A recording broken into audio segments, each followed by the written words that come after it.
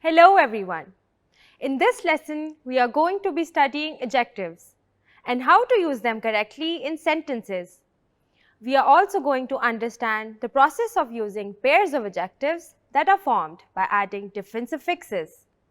Let's get started. So, what are adjectives? That's right.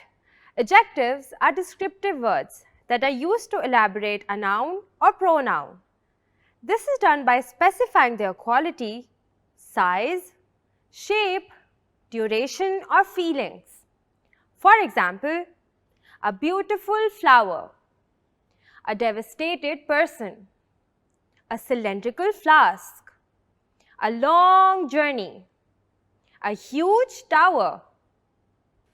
Some adjectives simply exist on their own, while others can be formed from nouns or verbs. One way of doing this is with the help of suffixes. Do you know what a suffix is? It is a letter or a string of letters that is attached at the end of a word. For example, the noun flower can be transformed into an adjective by adding any of the suffixes ing, y, or ed to the noun. The new words formed are the adjectives flowering, flowery, flowered. So, how do we use adjectives in sentences? To see how different adjectives from the same word can function, let's consider the verb excite.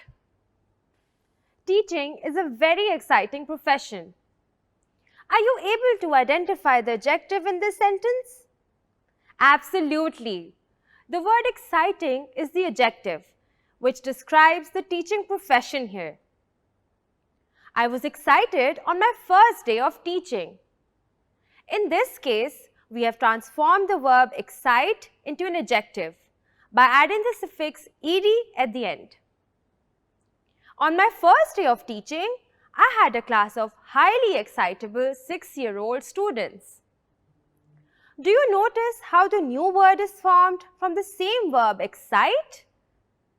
This time, a suffix able is added to it, transforming it into the adjective excitable. You can see how the adjectives formed from the same word are used for different cases. But how do we know the appropriate adjective to use?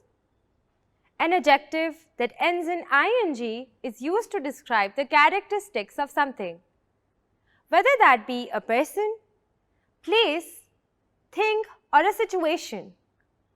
In the first sentence, teaching is a very exciting profession. The adjective exciting is describing the characteristic or quality of the noun, which is the teaching profession. Some more examples of this can be: her speech was very inspiring. My 12-hour flight was tiring. Next, let's talk about the adjective excited. Adjectives that end in ed are used to describe an emotion or feeling, and it's usually temporary, something that only people can have generally. Let's go back to our example. I was excited on my first day of teaching. We can see that the feeling is temporary rather than constant, as it was on the first day. Some more examples for this kind of adjective are: I am now inspired to do wonderful things with my life. I am very tired. We can use both adjectives with the suffix ing and ed to describe people or situations, but we must make sure we incorporate the relevant adjective. For example, let's consider the adjectives confused and confusing, used in the same sentence. I am confused and I am confusing. There is a big difference in the meaning between these two sentences. I am confused explains that the person doesn't understand something. I am confusing, however, describes a characteristic of person who causes confusion for others. Now, let's discuss the adjectives which contain the suffix able and ible. When able and ible are added to words, It generally shows having an ability to do something. For example, let's take the adjective enjoyable. It indicates that the person has the ability to enjoy the noun that is enjoyable. Other examples can be presentable, valuable, predictable, possible, responsible, edible, and so on. You must be wondering what the difference is between both these kinds of adjectives. Let me tell you. We add the suffix able to the noun or verb when the root word appears to be a whole word. For example, enjoy plus able makes enjoyable. Value plus able makes valuable. Do you notice how both the words enjoy and value are complete?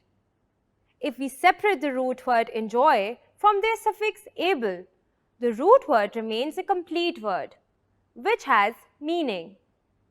However, it's the other way around with the suffix ible.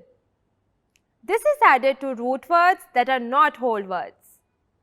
For example, ed plus ible makes edible.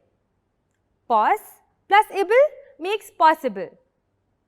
Here, the words pos and ed alone are meaningless and not whole words, but adding the suffix ible adds meaning to them and makes them whole words.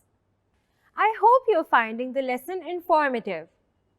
See what I did there? Informative is an adjective which is formed by adding a suffix if. We add if to the root word when someone is able to do or tends to do something. For example, informative videos can educate learners and provide knowledge. Some commonly used examples include supportive, excessive, active, and expensive. These can be used in sentences such as, my teachers are supportive. I have excessive amount of work this week. I hope that cleared things up, students. It's now time to practice what you know. So go ahead and try out some checkpoint exercises.